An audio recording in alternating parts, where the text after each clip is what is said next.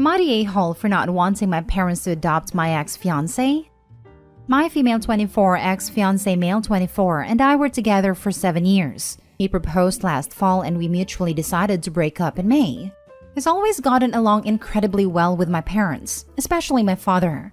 They always treated him like he was one of their children, and my parents have always told him he's part of the family. For example, he started coming on family vacations with us when we were 17. It was a very tough decision to end our relationship, but we both agreed it was for the best.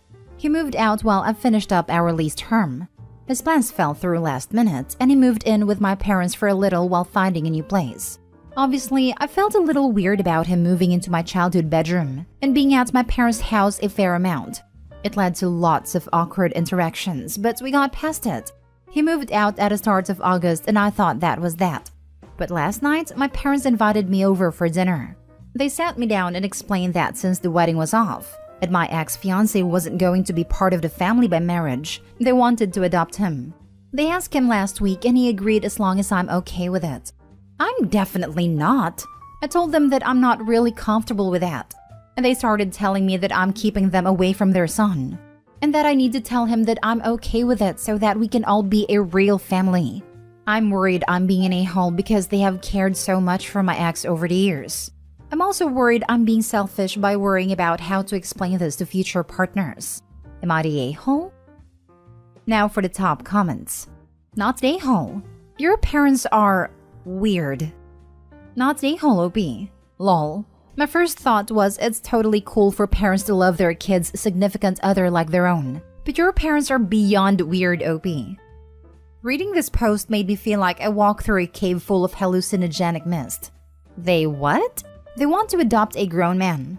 Your ex-fiancé no less. So that he remains part of the family? Not the a-hole hun, but I think your parents need a psychological evaluation because that idea is super crazy. If Opie doesn't have any brothers, they may have seen him as the son they never had. And depending on the relationship he has with his parents, he may have reciprocated. I do actually have a younger brother. He's going to university in another country and doesn't visit home very often. My ex's mom passed when he was young, and his dad remarried and is much more invested in his new family. I'm surprised he agreed, but haven't had a chance to actually talk to him about it. Not the a-hole. And your parents are freaking weird for even thinking this is an acceptable thing to do.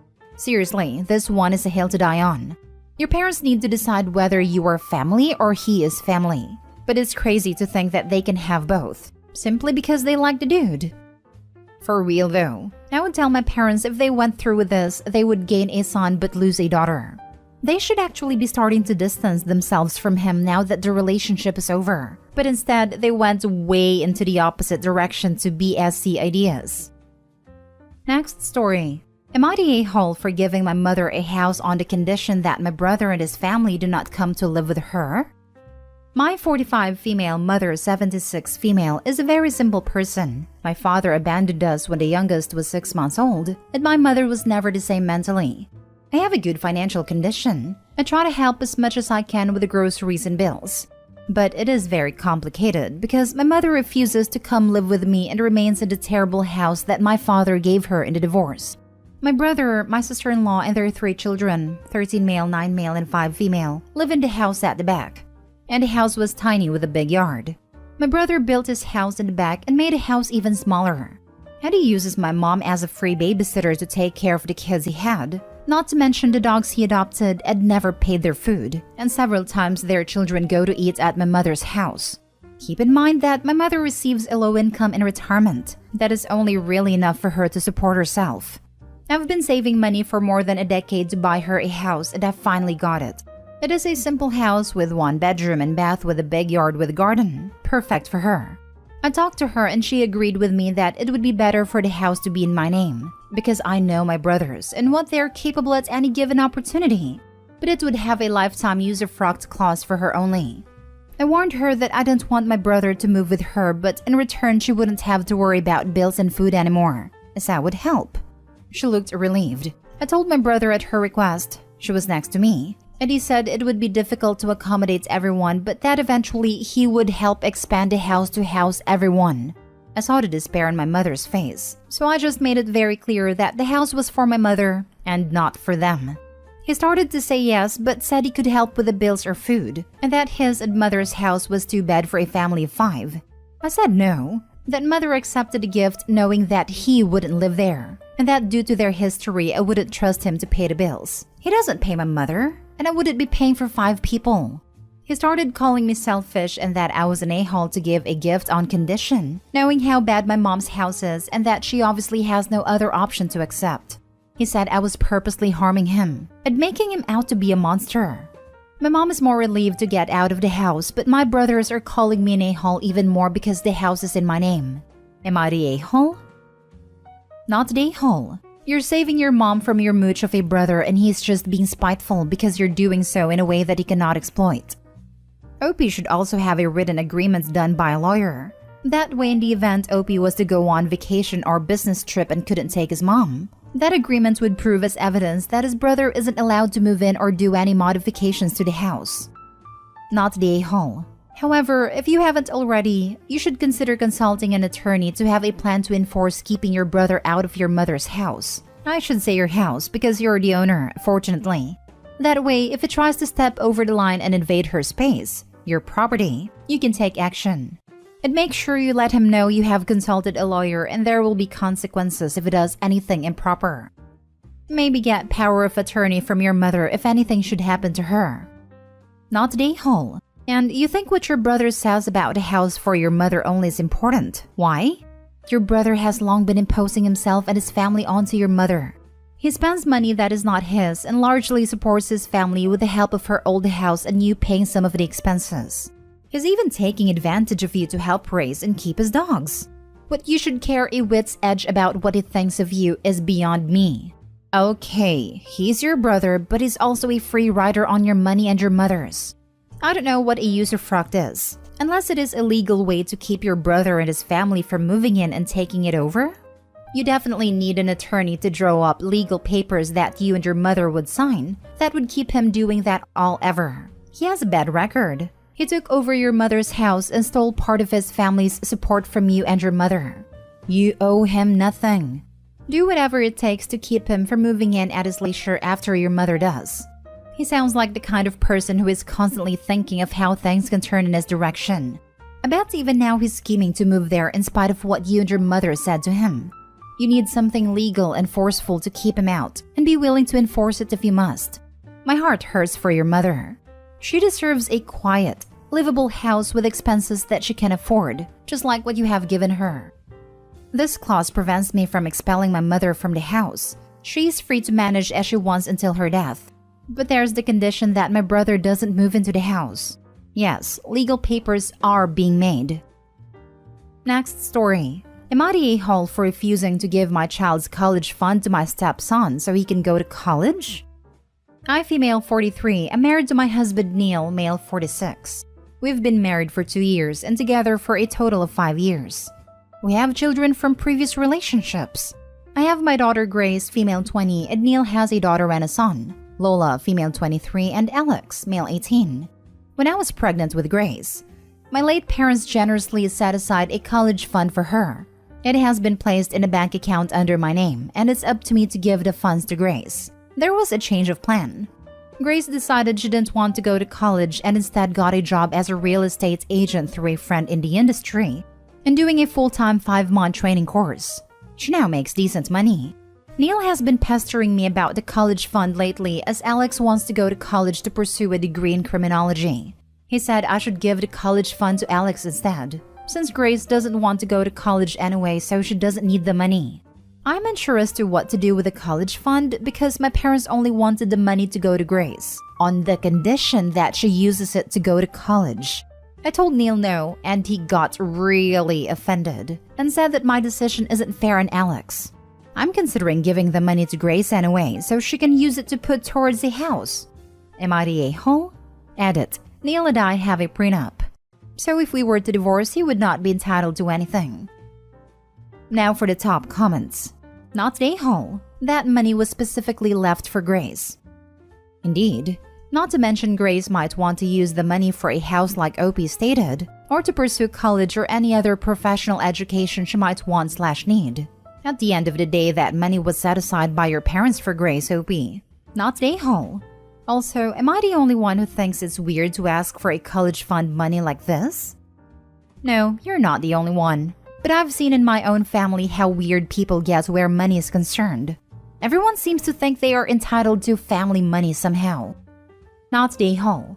He has, presumably, had a son for at least 18 years now. What was his plan originally for Alex's college? I mean, it's not like it's surprise. Your kid at 18 wants to pursue higher education in a society that damn near freaking demands it. Neil's being obtuse at best, and a lazy money grubber at worst. Not a-hole. It's Grace's money from her grandparents. If she's not using it for college, give it to her for her house, or to start her own kid's college fund. It's not your money. You're just a steward. This is what angers me about these types of posts.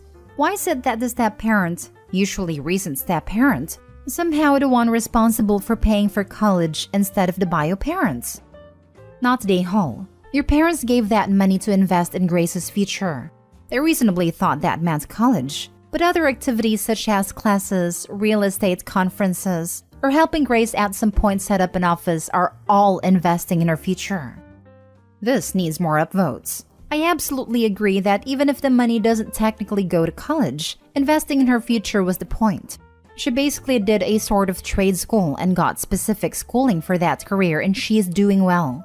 Giving her a down payment on a house or an office space would be just as beneficial to her future as college, which is overpriced and not worth it if you don't need it. Not a-hole. It's not your money. It's more or less money that you hold in trust for Grace's education. Since Grace decided not to pursue college, you need to decide what your parents would have wanted you to do with the money in these circumstances. Give it to Grace anyway to fritter away as she pleases? Hold on to it in case Grace does eventually decide to go to college. Hold on to it and put it toward Grace's potential children's educations. But it's not yours to give to your husband's children. This is a great answer. I have a strong suspicion that use it for your new stepson's education would not figure in Opie's parents' thinking. Now for the last story. Am I the a-hole for not exempting my daughter from our no Wi-Fi rule when she claims she needs the internet for homework? 43 male, I have 3 children. Vivian, 17 female, Annabelle, 8 female, and Lucas, 8 male. My wife and I have a rule that from 7 p.m. to 8 a.m. on weekdays and 10 a.m. to 3 p.m., 7 p.m. to 8 a.m. on weekends, the Wi-Fi goes off. Because we don't want them staring at screens all day. Sophie and I had fun with our imaginations as kids, and ours can do the same. School started the last week of August for Vivian, and she has become extremely combative with the no Wi-Fi rule.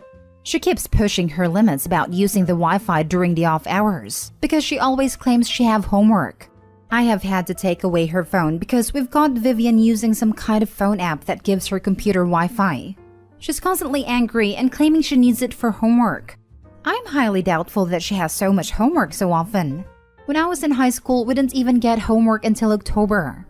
I was able to finish my homework in 20 minutes, and I certainly didn't need all weekend to do it. Vivian needs to learn how to get it done faster. She's taking too long, and she needs to start hurrying up with her homework now, because in college, she will receive far more work and have much less time to complete it.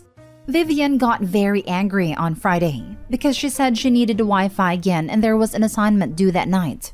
She got angry at us because we shut the Wi-Fi off at the usual time, and she said she had to rush the assignment and likely got a bad grade for it. She's also complaining that she needed a computer to study and will fail otherwise. I admit I was very firm with Vivian. I sat her down and I told her that she needs to grow up and stop with the excuses and the disrespect. It's unfair to Annabelle and Lucas if she gets an exemption from the Wi-Fi rule. If she actually has homework, she needs to pick up the pace. I could do those high school assignments in 20 minutes, and she needs to be self-accountable for not hurrying up with work. She also doesn't need a laptop to study, and her trying to tell me otherwise is ridiculous. Vivian started crying and didn't seem to understand my message at all. My wife claims it's teenage hormones, but it's incredibly frustrating because Vivian cries and shuts down whenever I try to talk to her about something she doesn't want to hear. Several family members, including my wife, are saying I should let Vivian have the extra Wi-Fi because high school is getting harder, and they think all teenagers need the internet for help. But again, I've listed the reasons above why doing that would be wrong. Still, I'm asking on here if I should just do it for my wife and family. Now for the top comments. You're the a-hole. I always got homework starting the first day of school and it was generally hours worth. Either way, she's 17, not a small child. You don't need to control her internet usage. Give her some freedom as she's almost an adult. She's 17, not 8. Come into 2022 era and forget the 80s. Things have changed, and internet isn't like the dial-up or DSL expensive. The rest of our age group have come to realize that with kids now. When she's in the real world and college, she's going to be all over the internet for studying and research. Wow, and I thought me still buying physical books was seen as bad when there's digital books. This is just annoying. High school teacher here. She could absolutely have homework now. Did it ever occur to you that you could just have her show you the assignment? In my class, almost all of our assignments are online, and you need internet access to them. You cannot judge high school today by what you did. It's just a different world. You're the a-hole and might be hearing from teachers soon. As another high school teacher, have you tried reaching out to her teachers since you obviously don't trust your daughter? Easy way to confirm average homework load per class. Either way, you're the a-hole. School has changed a lot just in the last 10 years. You have no idea what your daughter is being asked to do by her teachers. When I was in high school, kids today have a lot more homework and a lot more assignments that require the use of the internet. I'm bewildered and appalled you're so disconnected from this day and age that you don't know that. Plus, she's 17. 1 year away from being able to move out and get away from your micromanaging. You're the a-hole. Educate yourself. Edit.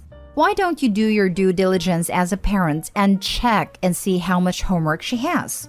Why are you basing your decision on an assumption?